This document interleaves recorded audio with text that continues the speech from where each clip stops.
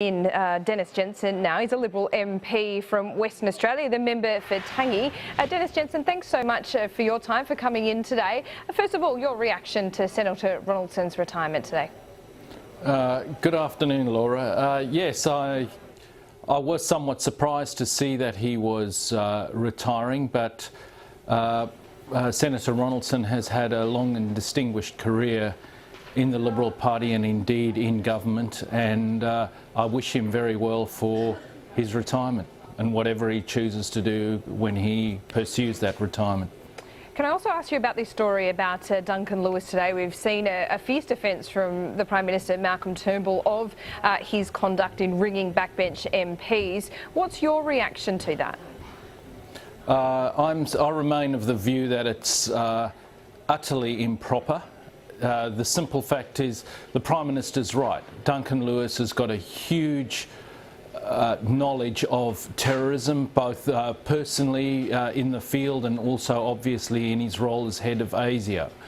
However, as MPs, particularly speaking on social issues, and this is where, after all, there's no suggestion that MPs have been speaking out improperly about operational affairs or classified information that they've been provided. It's simply speaking about the social fabric of our society. I believe it's utterly improper for a bureaucrat, albeit as senior as Duncan Lewis, to be calling members of Parliament and telling them how they should be speaking. While I have sympathy for his point of view, and I acknowledge that certainly most of the information that we get on Islamic terror threats within Australia actually come from the Muslim community, it is right and proper that members of Parliament should be able to speak about these social issues affecting the social fabric of our society as they choose. And do you think this came at the direction of the Prime Minister, Malcolm Turnbull, or his office? I've heard no real suggestion. I mean, obviously I've heard some speculation, but I've heard no real suggestion that that is the case, and I doubt that would be the case. Did you receive a phone call from Duncan Lewis, and do you know any other colleagues that received such a phone call? I certainly didn't receive any such phone call, and I haven't spoken to any colleagues that have. However, it has been reported and hasn't been denied. And as I said, I don't see that as being proper behaviour by a bureaucrat.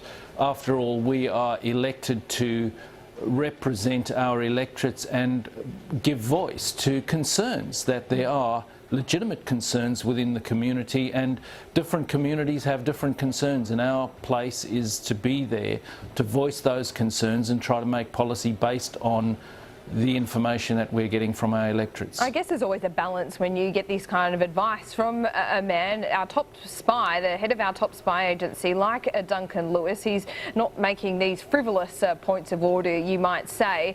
So, I mean, do you take the view, or do you accept his advice that sometimes when opinion pieces are written, when moderate Muslims and Islam in general has been told to go through a reformation, it does make it harder for agencies such as ASIO to, make contacts and make inroads into those communities? Absolutely. As I said, I have some sympathy for Duncan Lewis's perspective on this, and I absolutely understand it. But the counterpoint of that is that we are a democracy. One of the dearly held things in Australian society is freedom of speech, particularly with political leadership, but indeed in the entire community. And we play around with a freedom like that at our peril. It might give you a short-term gain in terms of security, but there are all sorts of potential ramifications in the long term, which could actually mean in the longer term you actually have more danger for society rather than less. Dennis Jensen, Liberal MP from Western Australia, the member for Tangi, thanks so much for your time.